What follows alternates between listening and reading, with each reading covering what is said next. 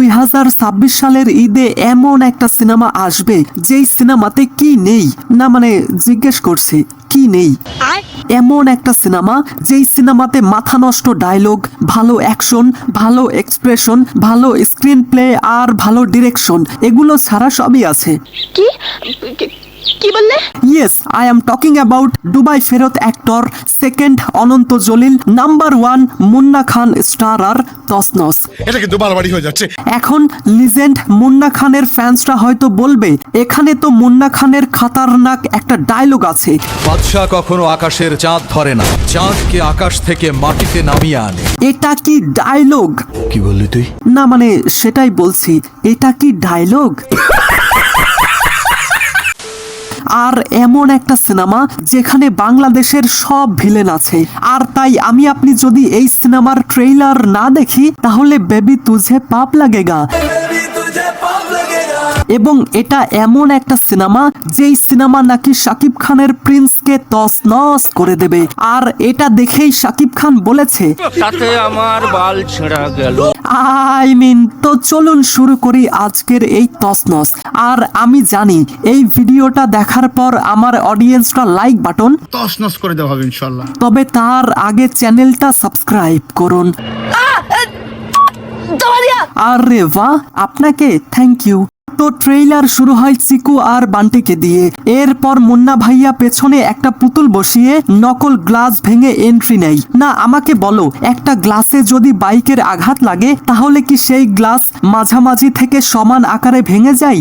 এইটা তুমি বুঝবে না। ওকে ওকে ঠিক আছে। এবার মুন্না ভাইয়াকে 15 জন চারপাশ থেকে ঘিরে ধরে, সেই কারণে মুন্না ভাইয়া ওপরের দিকে লাফ দেয়। লেকিন এক সেকেন্ড, লাফ তো দিল ওপরের দিকে, কিন্তু পা দেখাচ্ছে এমন ভাবে যেন সে শুয়ে থেকে তাদের লাথি দিচ্ছে।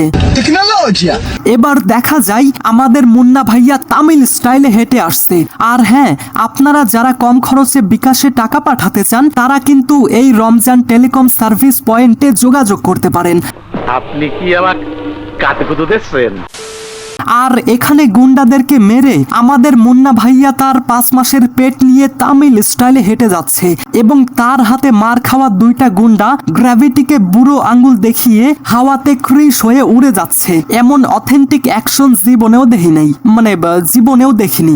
হারামজাদা চশ মাগার বিশ্ব হারাম এবার পারস না।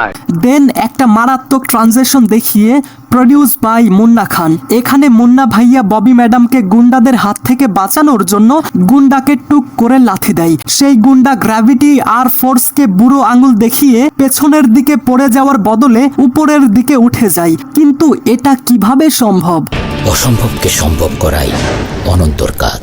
কেননা দেখুন, আমরা জানি নিউটনের দ্বিতীয় সূত্র হচ্ছে F = ma, বা বল = ভর গুণ ত্বরণ। তাই একজন স্থির মানুষকে যদি সামনে থেকে লাথি দেওয়া হয় তাহলে তার শরীরে একটা ত্বরণ সৃষ্টি হয়, যেটা তাকে পেছনের দিকে ঠেলে দেয়। কিন্তু আমাদের মুন্না ভাইয়া সেই সূত্রকে ভুল প্রমাণ করে দিয়েছে। বাহ, কিয়া বাত হে স্যার, क्या बात है सर। এবার এফডিসির একটা ফ্লোর থেকে আমাদের মুন্না ভাইয়া নকল দরজা ভেদ করে। লেকিন এক সেকেন্ড, এই চিকু বান্টির কোনো এক্সপ্রেশনই নেই। আরে ভাই, নায়ক দরজা ভেঙে এন্ট্রি নিচ্ছে, তাকে থামাও। এরপর ববি ম্যাডাম গাড়ি দিয়ে একটা মহিলার বাচ্চাকে ধাক্কা দিয়ে দেয়, আর মুন্না ভাইয়া আরও একবার গ্র্যাভিটিকে প্রাধান্য না দিয়ে সোজা উপরের দিকে উঠে সেই বাচ্চাটাকে ক্যাচ করে। আর রে জয়া আন্টি, ছক্কা হয়নি তো, ক্যাচ আউট।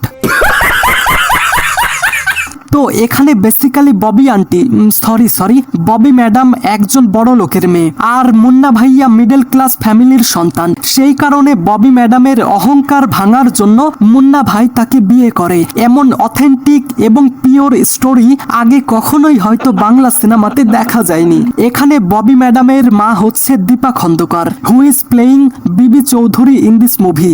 আচ্ছা, এরপর এন্ট্রি নেয় বাংলা সিনেমার অক্ষয় কুমার, মিশা সওদাগর। প্রত্যেকটা বস্তা পচা সিনেমাতে তাকে দেখা যায়, তো তাই বললাম। আর বলো না ভাই, এখানে মুন্না ভাইয়ার থাপ্পড়ের এক্সপ্রেশনটা দেখছেন, কতটা কষ্ট করে উপরের দিকে উঠে থাপ্পড় মারতে হচ্ছে। এখানে বিবি চৌধুরী এবং মিশা সওদাগর একে অপরকে বন্দুক তাক করে। লেকিন এক সেকেন্ড, বাহ কিয়া বাত হে, এরা সবাই এখানে ভিডিও করছে। চুপ, এ বিষয়ে আর একটা কথা হবে না। ওকে ওকে ঠিক আছে। সত্যি বলতে প্রায় 1.5 মিনিটের এই টিজার দেখে আমি প্রায় 3 মিনিটের মতো হেসেছি। এত ইললজিক্যাল সিনেমা, তাও আবার 2025 সালে এসে, এটা মানতে সত্যিই অনেক কষ্ট হয়। এটা একটা আফসোস। দেখুন, এই সিনেমার পরিচালক বদিউল আলম খোকন অসংখ্য ব্যবসা সফল সিনেমা উপহার দিয়েছে, কিন্তু 2025 সালে এসেও যদি আদিম যুগে পড়ে থাকেন তাহলে তো সেটা হলো না। না, সঠিক বলেছেন। আর আমি জানি আমার কণ্ঠ শুনতে অনেকটা অন্যরকম লাগছে, কারণ আমার প্রচুর ঠান্ডা লেগেছে। যাই হোক, আপনি কি অনেক ধৈর্য নিয়ে তছনছ সিনেমার টিজার দেখেছেন? যদি দেখে থাকেন তাহলে দেখার পর আপনার অনুভূতি কেমন? আপনাদের যে কোনো মতামত কমেন্টে জানাতে পারেন। ঠিক আছে ঠিক আছে। Thanks for watching guys.